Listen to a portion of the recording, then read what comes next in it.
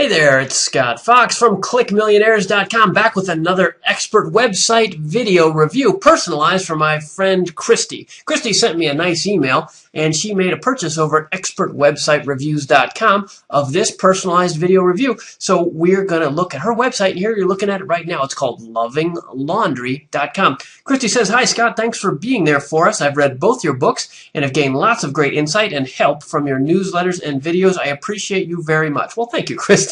That's very sweet of you. And then she has a whole bunch of questions for me. So let's talk about LovingLaundry.com. Enough about me, Christy. Let's talk about you and your website. Let's help Christy become a Click Millionaire with a personalized review of her site here.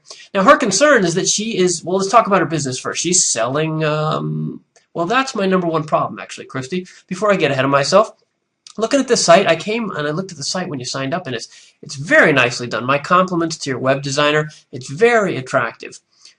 The problem is, Christy, I don't know how to give you money even if I wanted to. I don't see any products here. There's no buy button. There's no call to action. I mean, the big call to action here is over here. Follow us on Twitter. Is that what you really want? I mean, Twitter's cool. I mean, I'm on Twitter. Let's follow each other. You know, I get it, right? I wrote a book about social media. I get it, as you know. But this is not your call to action. Apparently, this is your product. And I had to read this site twice to even to figure out what you were selling.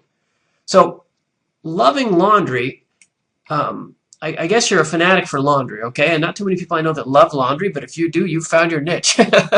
But if this is what you're selling, how come it doesn't say anything here? Anywhere here.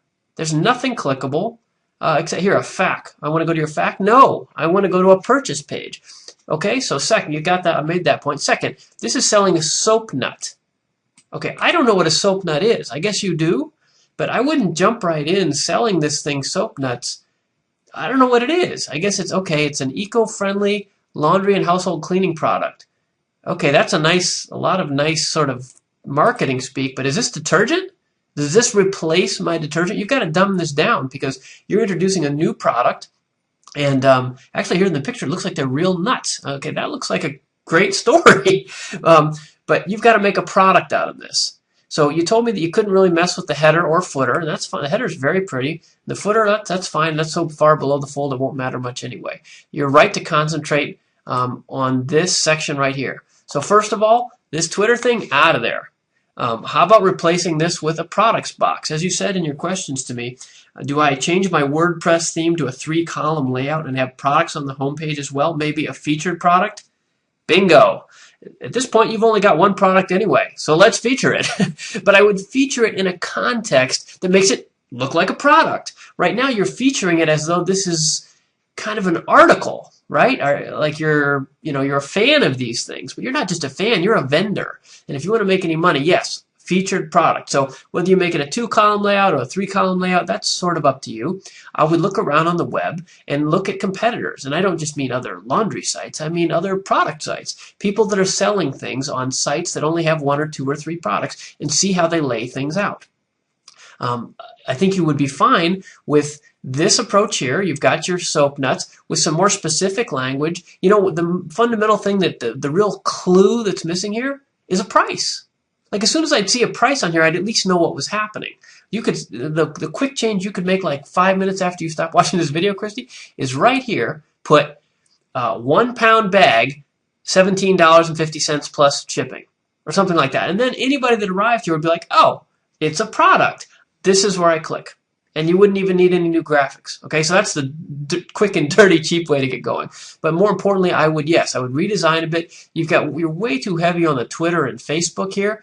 This has got to be a landing page for somebody who's looking to buy, I guess it's a detergent, right? That's what you're selling. So if you're trying to get people to do their laundry, you're mixing two things here. The sale of the product, and the idea that you want to be friendly and social and make some noise about the availability of this innovative, eco-friendly product. Both are valid, but they're separate purposes. So if you're going to start writing a blog, which is really what this looks like, welcome to Loving Laundry, here's an article, here's a whole bunch of stuff about soap nuts, like each environmental imperatives, here you're talking about your FAQ again, and you do have a blog over here apparently. Let's click over there. That makes a lot of sense. Okay. So you've got some blog posts, hadn't been updated in a while, but some cute stories.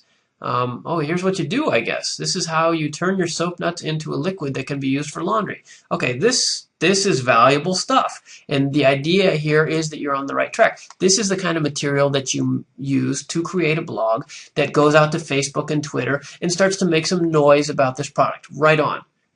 But the homepage is only going to be arrived at probably by people who are already looking for this, right? So you have to give somebody like me who's coming here looking for the soap nuts, you got to give them a chance to purchase and separate that a bit from the social media and the story and the Facebook and the Twitter and the blog.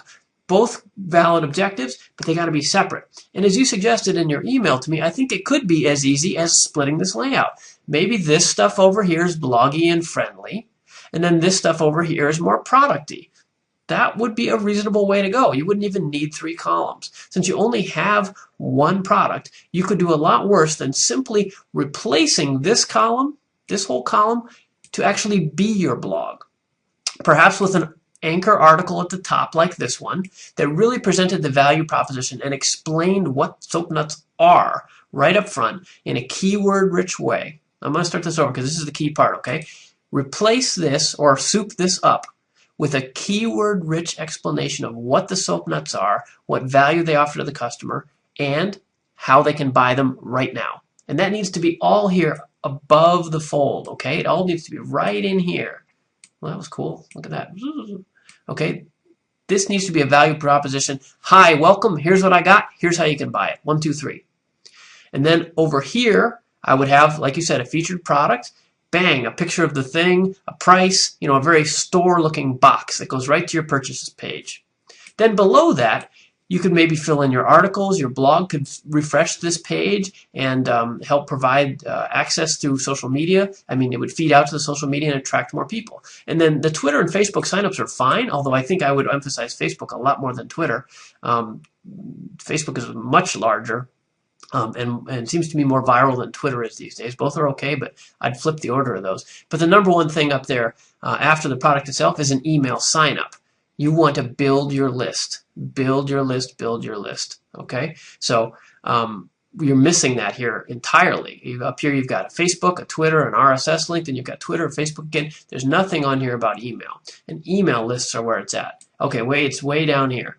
Looks like you've got a constant contact sign-up box. Fine. Take this from here, please, and put it up here. If you can't get it into the template because that costs you too much money with your designer, then put it right here. Okay? Email sign-ups are what you need. And I would offer something to those folks. 10 tips for getting whiter socks, or the instruction guide of how to use your soap nuts, or whatever it is. Offer an incentive. So in this right-hand column, email, product, and then the social media stuff. Over here, value proposition, explanation, and what they can do to buy. If you did that, this landing page will really transform. Because what you're really doing is taking you're splitting the 2 missions, which are social media friendly stuff, ongoing publicity stuff, and then here, buy it now stuff. Because if somebody's already a customer, like even if, say, I bought these 10 times before, I don't know from this page where to go to buy more. So you got to really think about those 2 pieces. And I know you've got a shop up here, so let's take a peek at that. Shop. Okay, now this is fine. This is what you would expect to have. But you need to surface some of this information to the home page. Okay? Even if you just literally take like a screenshot of this, and I know you already have this picture, but what you don't have is this part. At least some of it. This add to cart stuff, people are trained now. They see add to cart, immediately they know what it is, okay? And that's what you're missing. Testimonials, let's see what we've got over here. Okay, this is nice, although the fonts are very large, and testimonials are even nicer if you can use a headshot of the people. But I would rather see you sort of mix those in to the copy that's out on the homepage. I mean, don't be afraid to make your homepage longer, especially if it's a blog style. If people are interested, they'll keep reading. But you have to have the value proposition up here in this first above the fold area. And frankly, given that, I like your header a lot. It's very pretty, but it's very tall. Okay? You can see how that's like maybe 250, 300 pixels tall, and that takes a lot more space than you need. If you're a web designer, you don't want to spend a fortune, I understand, but if they could take that same nice art and just shrink it, proportionally so it doesn't get distorted, but make it half as tall so you had more space down here to explain your value proposition and offer things for sale. That would be of use to you. This is too much. It's pretty, but it's too much. You're not using the real estate cost effectively. Then search engine optimization wise, you also asked me, well, you've got to figure out what your keywords are. Loving laundry is not something anybody's going to search on, right? Unless they already know you, and then they don't need to search on it. They'll come right to the site. Soap nuts are clearly a thing, but that seems to me they already know what the product is. What you really do with search engine optimization is you're trying to attract in people from other places that didn't know about your product already. So you need to do some research using the Google Keyword Tool or some other tools that are out there, Word Tracker or something like that, and figure out what are people looking on that might lead them to be searching for soap nuts. So something like green detergents, or things like that. I mean, you know more about this than I do, but you need to figure out what are people searching on that would then lead them to want to click on your site if it showed up in the search results.